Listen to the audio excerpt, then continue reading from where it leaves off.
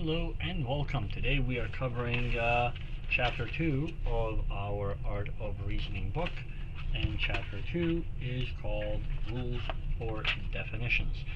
So what we're going to talk about here primarily is the importance of definitions and what exactly they are and how do they work and all the rest of that.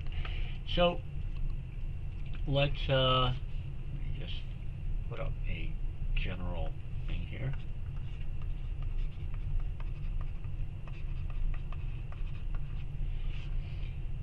So in the last chapter we talked about classification, so the ability to pick out specific things. Definitions allow us to use the bundles of meanings that we put into words in order to have a very clear classification of some particular thing that we're dealing with. Now, we tend to screw up definitions quite often, and there's a whole lot of reasons for that as the book goes through.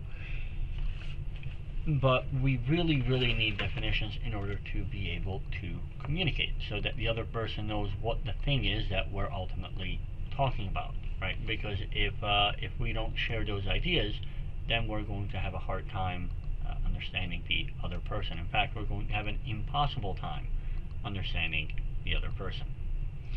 So there is a particular point here. It's part of, let me see, where did they have that? It should be at the end of chapter 2.2. They give us, in the summary, rules for definitions. A definition should, and these are the things that we want to focus on here, not be too broad or too narrow, not use negative terms unnecessarily, and not use vague, obscure, or metaphorical language. So when we define ideas, what we're doing is we're trying to make sure that everybody's on the same page about the idea that's in our head so that they can properly participate. Now, when definitions go wrong, or when they're vague, or when the terminology used in them is not as specific as it needs to be, what's going to happen is the ideas that other people have are going to be not the same idea as the one that we have. And in that case, it can sound like we're talking about the same thing, but really what's happening is we're talking right past each other, right? And so there's a really interesting line. If you've heard of Richard Dawkins, he's part of the New Atheist movement, and he's also a doctor of, I want to say, evolutionary biology, if I'm remembering my history here correctly. And he was talking with a Reverend Hall, British individual, and so Dawkins is complaining about the idea of God and all the terrible things about what God asks us to do and all the rest of that.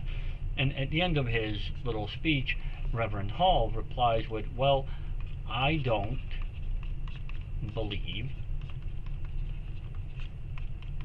in the God you don't believe in. And this is such a classic sort of comeback. It really sort of summarizes this idea of definitions. So what happened here is that the way that Dr. Dawkins was talking about the concept of God, right? So yes, he's using this term, which is Germanic in origin, right? G-O-T-T, Gott, in the original German. And he gives it one kind of a definition, right? So we'll just call that definition A. And he has a lot of problems with the idea of God, but that idea of God is Well, it's the one that he's decided to define like this. It turns out, though, that Reverend Hall and his concept of God uses a different definition, definition B. And so even though they're both using the same word, they're not actually talking about the same thing. So to give you another sort of simple example, if we went back about, let's say 2,500 years to about 500 BC, and we went to Greece. Well, their idea of God includes entities like Zeus and Ares. Nope, I'm misspelling that. Let's pick a different one just to make this easy. Hades, let's say. Kind of embarrassing. So these are the ideas that they're using for the concept of God. But it turns out that if you compare this definition of God to, sake of argument, the one that Reverend Hall is using here, which is the Christian idea of God,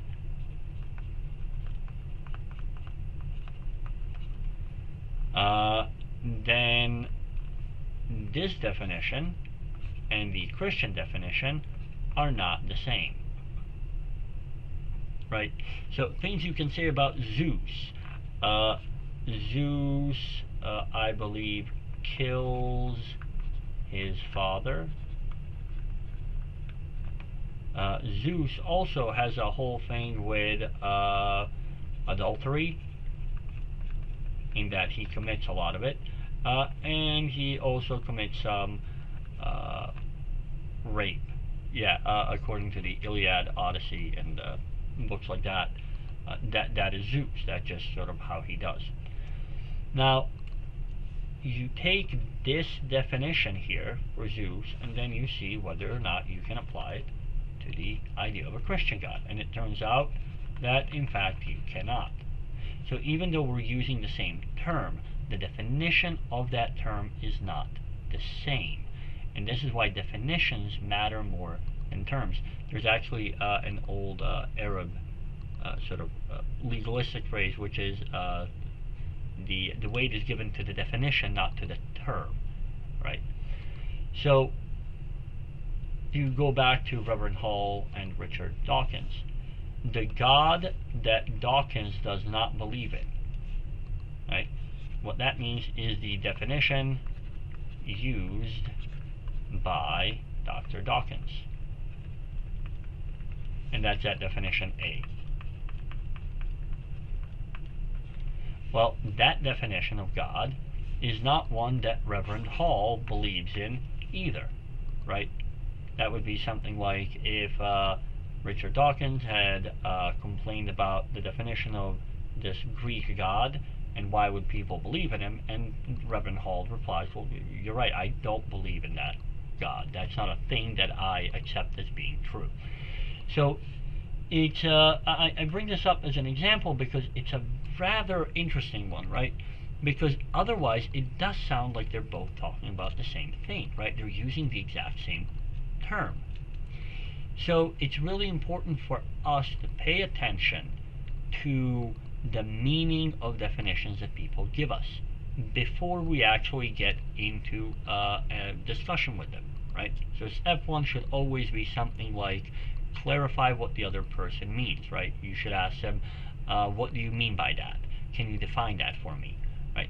And if you say it with a nice enough tone, then you don't come off as trying to be combative. You just come across as trying to make sure that you don't misunderstand them, and then people tend to be very nice in their engagement with you, right? Instead of hostile. And of course, quite often we do actually agree with other people on their ideas. We just don't understand it because the terminology and what we assume the meaning is actually different. All right, so let's take a look at a couple of problems that tend to sort of come up pretty often when we deal with definitions. One is plural meanings of terms, right? And depends on whether you're dealing with spoken language or written language. In the written language, we can tell the difference between certain words that we can't really tell the difference in spoken language. So, for example, if you take the term raise, like that, as opposed to the word raise, spelled with a Z-E, like that, by one definition of the word raise, it is to build up. And the definition of the word raise with a Z-E is to destroy. So if I tell you that somebody raised a city, you would need to know more in order to figure out whether I meant raise as in they had built it up, or raise as in they had destroyed it. But that's a question of homonyms, because they sound the same, even though once you see them on page, you do know that they are in fact different terms. The other problem is, of course, words that have multiple meanings off of the same spelling. So the word raise, for example, can mean to build up. It can also mean to get an increase in salary. It can also mean to a sort of parental, you have raised a child, right? So to care for growth of a thing. Now, it's the same word, you even spell it the same, but it has very, very different sorts of meanings. So we need to understand exactly what's going on so that we don't misunderstand what's being said, so that we can properly engage with it. Now, one of the keys is don't use vague or obscure language, and also don't use metaphorical language. So let's just explain that very quickly. When we use language, we should always worry about how the idea should be understood.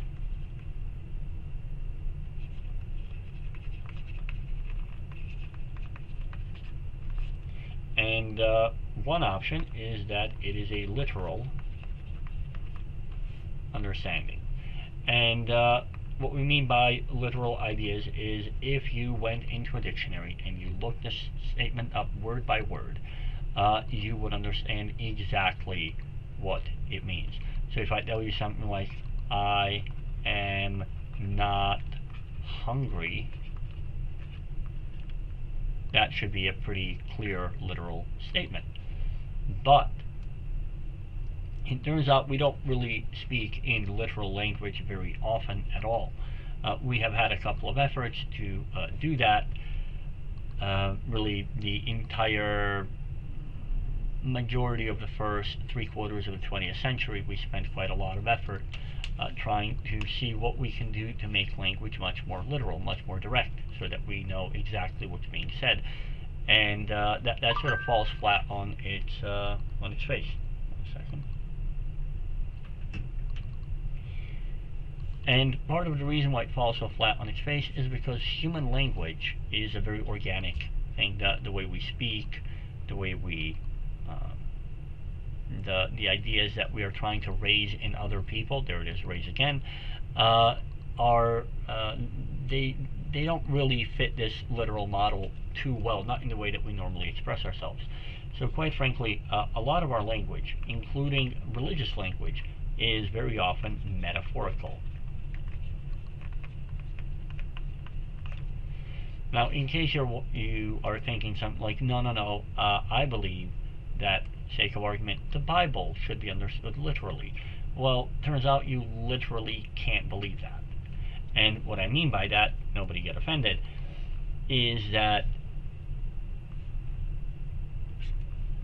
there are parts of Old and New Testament that cannot be understood literally.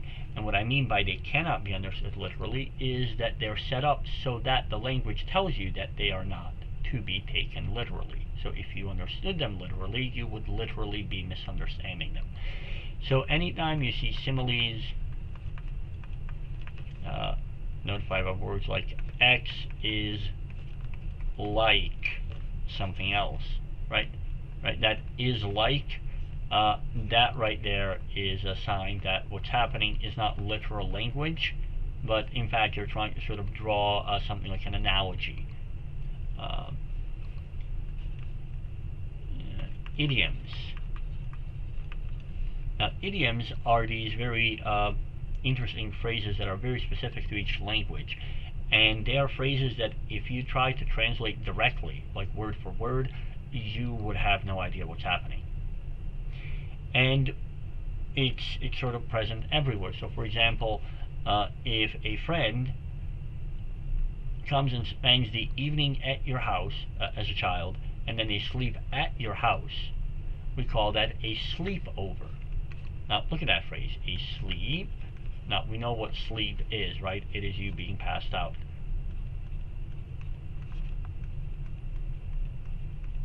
Right? And then over. Over what exactly? Over is a word that we use as opposed to under.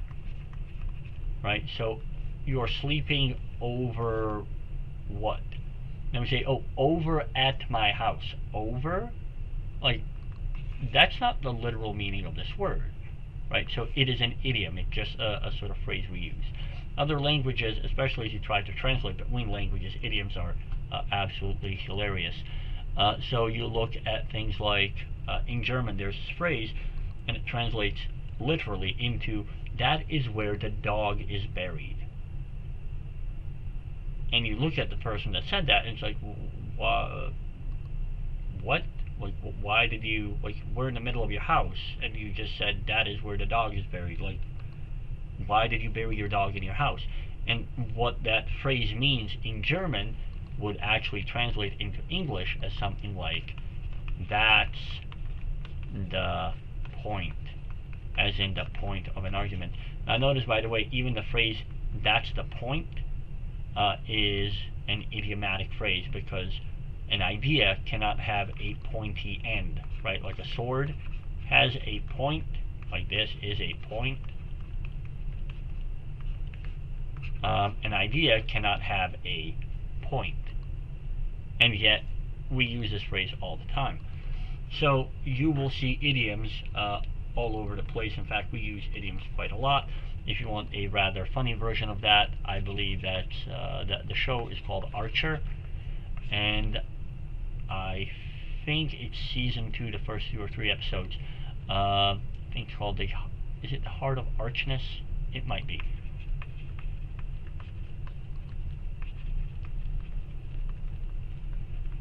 The idea is the episodes are following our main character, Archer, who's stuck on some island in the South Pacific with a bunch of people whose language he doesn't speak, and he has some sociology student who's sort of being kept as a slave there, and that guy can translate, but of course you can't really translate idioms directly, so you're asking the other person to speak literally, and you sort of get to see the shenanigans that happen as idioms sort of keep cropping up. Right, so you have similes and idioms, and as soon as you have these things, you cannot understand the language literally. Anytime you see this come up, you literally can't understand it literally. We also have all sorts of implications. So, to use a rather disgusting example, imagine that for some reason you have one of those little travel coffee mugs, and what is inside is liquid human waste. Okay, I don't know why you have it. Let's just say you do, and it's sitting on the table next to you. And your friend comes running into your house. He's clearly out of breath. He's all red in the face, breathing hard, and he reaches for that cup, right? Picks it up, and you scream at him like, "No, no, no! That's liquid human waste." And so your friend looks at you, opens the thing, and takes a swig.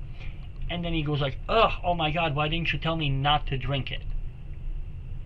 Now, isn't that interesting? You thought you did. You said that is liquid human waste. But you didn't tell him not to drink it. Now, this is what the implication does. The implication says, when I give you the definition of what it is,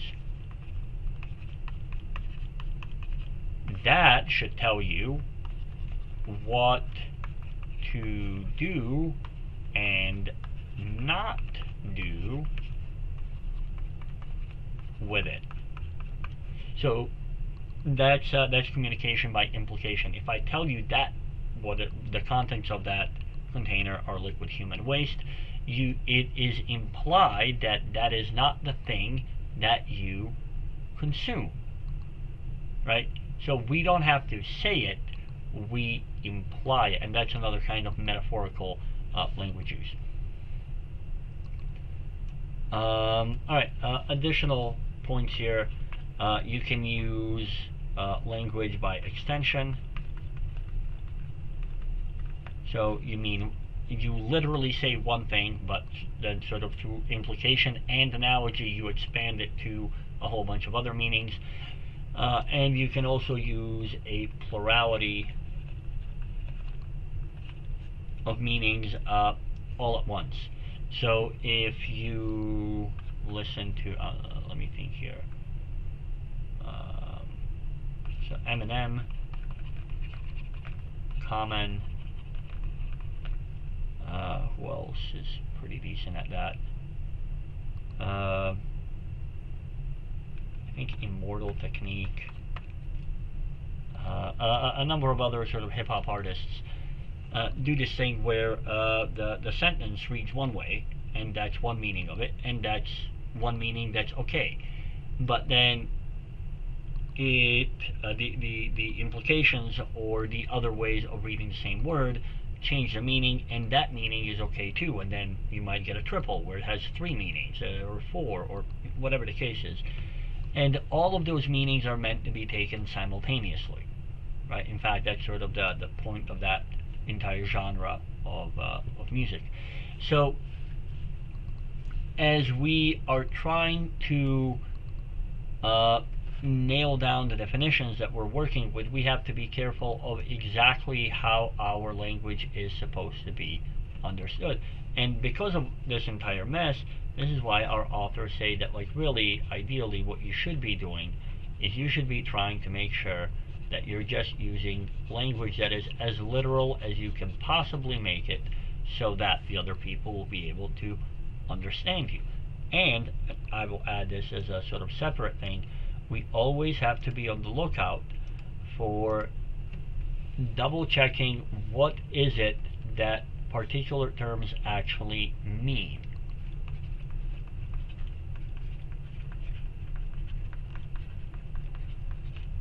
Because otherwise we are going to think that we're having a whole conversation or discussion, and we're not, right? We're always talking right past the other person because our ideas and their ideas never actually matched, and so we're actually having two entirely separate discussions. That's never a good thing. So that's a core idea here that I would like you to take away. Always, always, always worry about the exact sort of setup of definition. If you don't, what ends up happening is we talk about entirely different things. It's also a very sort of easy thing to trip people up with bad definitions. So quite often in arguments, that's exactly what the other side would like to do in order to sort of win a debate point, if they're not the sort of people who are looking for the truth, but rather are just sort of trying to come out winning an argument. Alright, that's it. If you have any questions or comments, leave them in the comments or email me, and I will see you all next time.